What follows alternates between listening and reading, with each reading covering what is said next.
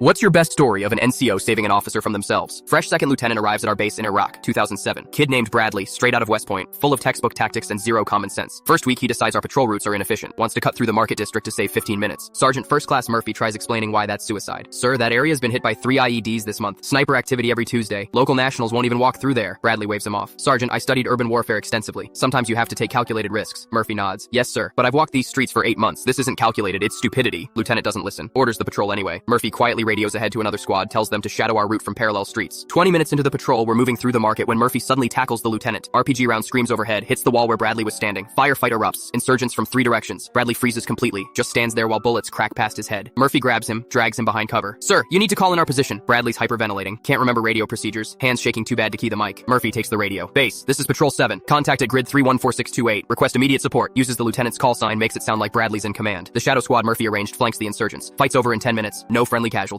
After action report lists Lieutenant Bradley is having effectively coordinated defensive response and tactical support. Murphy made sure he looked good on paper. But Bradley learned something that day. Started listening to his NCOs, asked questions instead of giving orders. Murphy took him aside later. Sir, my job isn't just following your orders, it's making sure you live long enough to become a good officer. 6 months later, Bradley's a different person. Still makes mistakes, but asks Murphy's opinion first. Squad respects him because Murphy taught him respect goes both directions. The real test came during a complex ambush near Ramadi. Multiple vehicles, coordinated attack, serious casualties. Bradley had to make split-second decisions. He looked at Murphy. Sergeant, recommendations? Bound by fire and movement, sir. 3rd squad flanks left, we suppress from here. Agreed. Make it happen. Perfect execution. Saved 4 wounded soldiers. Bradley got a Bronze Star. Murphy got a handshake and a good job, Sergeant. But here's the thing. Murphy didn't just save Bradley's life that first day, he saved his career. Could have let him fail, look incompetent, get people killed. Instead, he invested months teaching him how to read terrain, how to talk to enlisted soldiers, how to make decisions under pressure. Bradley made captain ahead of his peers, got command of his own company, credits Murphy with everything he learned about leadership. They stayed in touch after deployment. Murphy made sergeant major. Bradley's a lieutenant colonel now. Still asks Murphy for advice. The best NCOs don't just follow officers, they build them. They turn scared kids fresh from college into leaders. Soldiers will follow into hell. Murphy saved dozens of lives by saving 1 lieutenant from his own inexperience. That's the real power of the NCO Corps. Every good officer has a Murphy in their story. Some senior NCO who saw potential instead of problems, who chose mentorship over mutiny. Bradley sends Murphy Christmas cards every year, pictures of his family, updates on his career, always signs them the same way. Thanks for keeping me alive long enough to learn something. Murphy keeps them all in a shoebox. Says they're better than any medal the army could give him.